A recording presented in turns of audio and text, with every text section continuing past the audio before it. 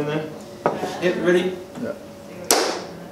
Good afternoon, I'm Danny from Back to Verona. You may remember me from the last interview we did a couple of weeks ago. I'm here today joined by fellow Sheffield rock band Firegarden. Howdy. And this is an interview for Counterfeit magazine, so crack on. So Firegarden now, are we alright? Yeah. I've got a few questions for you, so I'll start with the plain and simple ones. You know, who are you all and what's your individual roles in the band? Alright, well I'm Chris, I play the bass and I'm tech support as well. I'm Ashley, I play the drums. Yeah. Andy, keyboards. Yeah. Jake, I'm lead guitar and lead vocals. Yeah. Awesome. So how long have you been together and what's the story like? How did you guys meet and come to where you are today? That's a very complicated question you Yeah. asked there. You thought it was a simple one just to start off with. It's not. In this format we've been together for about a year, 2 years, is it? 2 years. Nearly 2 years. Yeah. That's the best answer. Yeah. And was it Firegarden before 2 years or? Yeah, it was. Yeah. There's been the name Firegarden and the band. Yeah, if you really want the in detailed history, yeah. It goes back nearly 20 years. 28? Yeah. So who's the original members then? Jake. Jake, right. I was 14 when we first started. We weren't called Firegarden then, it was just me and my best mate just mucking about, and we used to play football, and then we heard Deep Purple, and I was like, oh, we'll do that instead. I'm from 14, so that was it.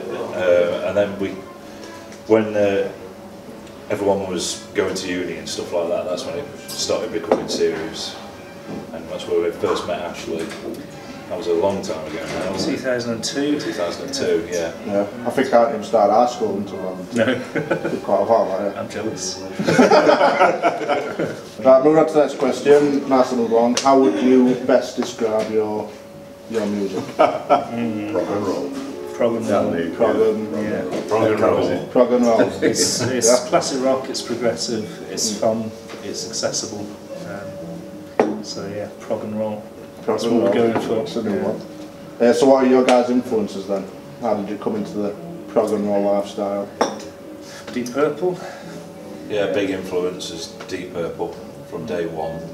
But the thing with us is that we all like different things, so it all comes together nicely. And do you think it works better than all of you having your own individual influences, so it's kind of different blends coming into when we're writing, it just starts off with an initial idea which will be from me, but everyone's, and I've always got an idea of how it's going to go, and then Ashley and Chris will chip in straight away, and it'll be, all right, I didn't even think of that, and then it's 10 times better. So it's about individual taste. Chris is all jazz, aren't you? So that, you chuck that in a rock band, it's quite good. Okay, then, so what are your ambitions then as the band? You know, what's your goals, what's your aims, ambitions, what you got? Well, we've had a very successful 2014 and 2015, and we've done what we wanted to do with that time, and I'm really pleased about it. You know, we've solidified our support in Sheffield, we've got our album out, and you know, we've achieved those objectives. So I think we're at a place now where we need to set ourselves new goals and go and strive for them. So what would you say so far then are your biggest achievements? We've just released our new album, Choose Your Own Adventure. Very proud of that. That's probably the best album I've made. Sounds fantastic. Lee Redfern mixed it for us, and he's done a really good job. Writing it was really, really fun and easy as well, wasn't it? Yeah. Did it not take too long to write then, or? No. Yeah. Not really. Compared to other writing processes, You it's think? easy. I'm agreeing with you. Yeah. Yeah, so I mean, what, 6 months probably to write the whole thing? Yeah. And we were just having a whale of a time, and because we were enjoying everything about it, the stuff was just pouring out, you know. So it really didn't take long to write the album. And we've already started writing the next one. Yeah. And that's going well as well, I'm pleased to say. So for anyone who's watching this who hasn't seen or heard of Firegarden, how would you best describe your live shows, and what would you say to them to make them want to come out of the house and come and enjoy you guys as musicians and maybe come and watch you again? I think that there's a lot of variety in music. There's a lot of... One gig is never the same because there's big chunks of the gig where there's parts that are improvised. which is one of our strengths, I would say. We can go off on a tangent if we want to. We've got a big catalogue of songs, so we never play the same set twice. Some of the songs are very fun and accessible. We've got 3-4 minute songs that people should immediately understand, and then we've also got 11 20-minute long songs that are a bit more in depth. The self-indulgent thing, you've got to watch it. Yeah, I think that's the one thing that I do like about us, is I think we're always aware of you're playing for an audience. It's never about us just kind of, well, I want to do a 20-minute solo, so I'm doing it anyway. You can't do that. You can't do that. We try and make something special. We can do a storming 30-minute set of 5-minute rockers, or we can do a 2-hour full-on set. Sprawling and massive. No, definitely.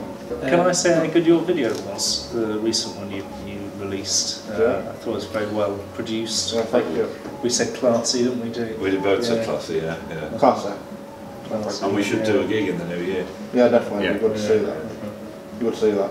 But yeah, that's a good new question. So you guys obviously were big players during the last year's Riffids. The Riffids last year. Yes. Do you think that were a success? Is there definitely going to be a 2016 Day of the Riffids, and will you guys feature? This is the table where we organise it. This is where it happened. Where all the bands together organised it. We shouldn't take any credit for it. We had a part in it, but the whole list of bands that was there last year: Regulus, Santiago Kings, Fear Lies, Creative Mad Seeds, Normalizer, Warfare. Chris's new band. Chris is playing bass for them now. Yeah, I played bass for the Warfare. So Hopped in about 6 months ago to help fill a stopgap for tram lines. And I'm still there, yeah. It's good fun. So I'm doing a CD with them as well, actually. Yeah. Just hijacking the wrong interview, but yeah. I think what worked about Riffids, what made the Day of the Riffids so special, and the run-up gigs that happened at the Dublin Rainbow, what made the thing so special was that it wasn't one person saying, I'm going to do this. Yeah. It absolutely was. I mean, there were 2 definitive gigs in, I think it was 2014 or something, that people sort of thought, yes, something is happening. There are a lot of good bands in Sheffield at the moment. And it was all those bands coming together and saying, we've got to do something between us. It's no longer us against you fighting for an audience. It's, if we work together, we're stronger. And the Day of the Riffids was the culmination of that. Yeah. So in answer to the other half of your question, yes, I would love to see it come back in 2016. Plans are underway, things are being talked about. My only concern as a fan of Sheffield music is it's got to be better. You can't just do a repeat of that. So it's got to grow, it's got to change, it's got to build, it's got to show that Sheffield has got even more than we thought it had before. And if, again, same as last year, if we do it right, it'll go from strength to strength. one of the ways we can build it this year is by asking back to Verona if they want to play.